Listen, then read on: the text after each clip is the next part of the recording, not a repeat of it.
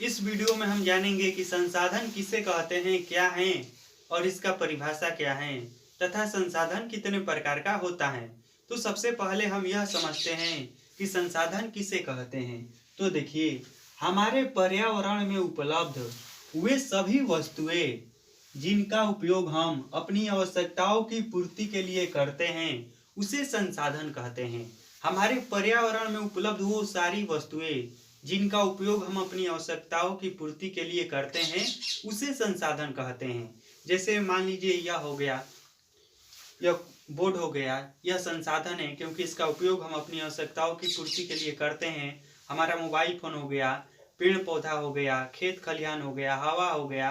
यानी कहने का मतलब कि पर्यावरण की वो सभी वस्तुएं जिनका उपयोग हम किसी न किसी प्रकार से अपनी आवश्यकताओं की पूर्ति के लिए करते हैं उसे संसाधन कहते हैं। संसाधन के कई प्रकार हैं, लेकिन उनमें से जो प्रमुख प्रकार हैं वो निम्नलिखित हैं, जो इस प्रकार से हैं। तो देखिए, जो संसाधन का सबसे पहला प्रकार है वह है व्यक्तिगत संसाधन। इसमें क्या आता है, किसी व्यक्ति के निजी संपत्ति को कहा जाता है। जैसे मैं मान लीजिए कि मैं हूँ, तो जो मेरा निजी संपत्ति है ना, वह मेरा व्यक्तिगत संसाधन है।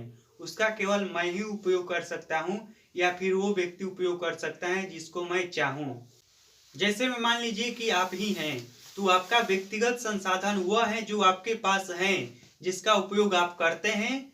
यानी कहने का मतलब यह हुआ कि आपके पास उपलब्ध वो सभी वस्तुएं जो केवल और केवल आपके हैं, वह वस्तुएं व्यक्तिगत संसाधन कहलाती हैं। जैसे मान लीजिए कि आपका घर, आपका कैमरा, आपका मोबाइल, आपका गाड़ी, यह सब जो है वह व्यक्तिगत संसाधन है। इसका उपयोग सिर्फ आप ही कर सकते हैं या फिर वो व्यक्ति कर सकता है जिसे आप चाहेंगे, वरना कोई दूसरा नहीं कर सकता है।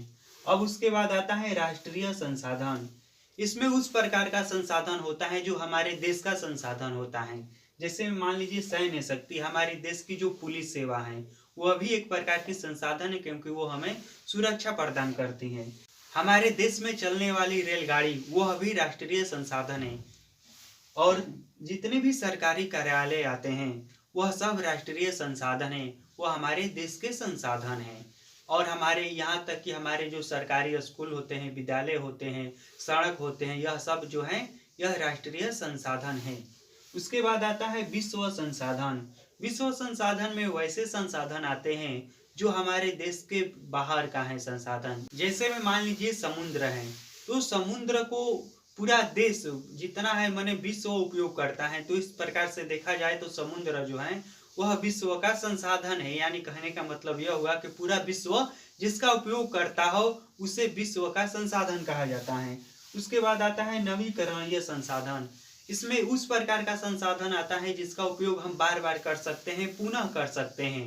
यानी कहने का मतलब यह हुआ, साधारण भाषा में समझे तो, कि वैसा संसाधन जिसका एक बार उपयोग करने के बाद दोबारा से उसका उपयोग कर सकते हैं, रीयूज कर सकते हैं, उसे नवीकरणीय संसाधन कहते हैं। जैसे मान लीजिए सौर ऊर्जा हो गया, पवन ऊर्जा हो गया, जिसे एक बार उपयोग करने के बाद हम फिर से इसे उपयोग कर सकते हैं। उसके बाद आता है अनवीकरणीय संसाधन।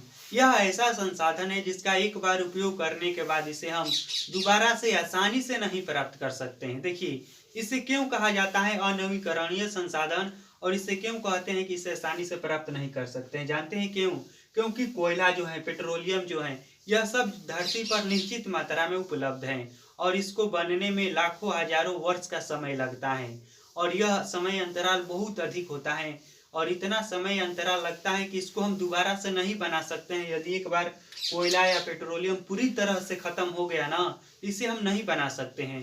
तो इसीलिए इसे कहा जाता है अनवीकरणीय संसाधन। वैसा संसाधन जिसका उपयोग हम बार बार नहीं कर सकते हैं, रीयूज नहीं कर सकते हैं, उसे अनवीकरणीय संसाधन कहते हैं। इस प्रकार से हो गया कि संसाधन किसे कहते हैं, संसाधन के कितने प्रकार हैं, और भी कई प्रकार हैं। संसाधन के अनेकों प्रकार हैं। जो छूटा है उन सभी को बताने लग जाएंगे तो वीडियो काफी लंबा हो जाएगा। खैर, जो जो प्रमुख संसाधन है उन सभी को मैं बता दिया हूँ।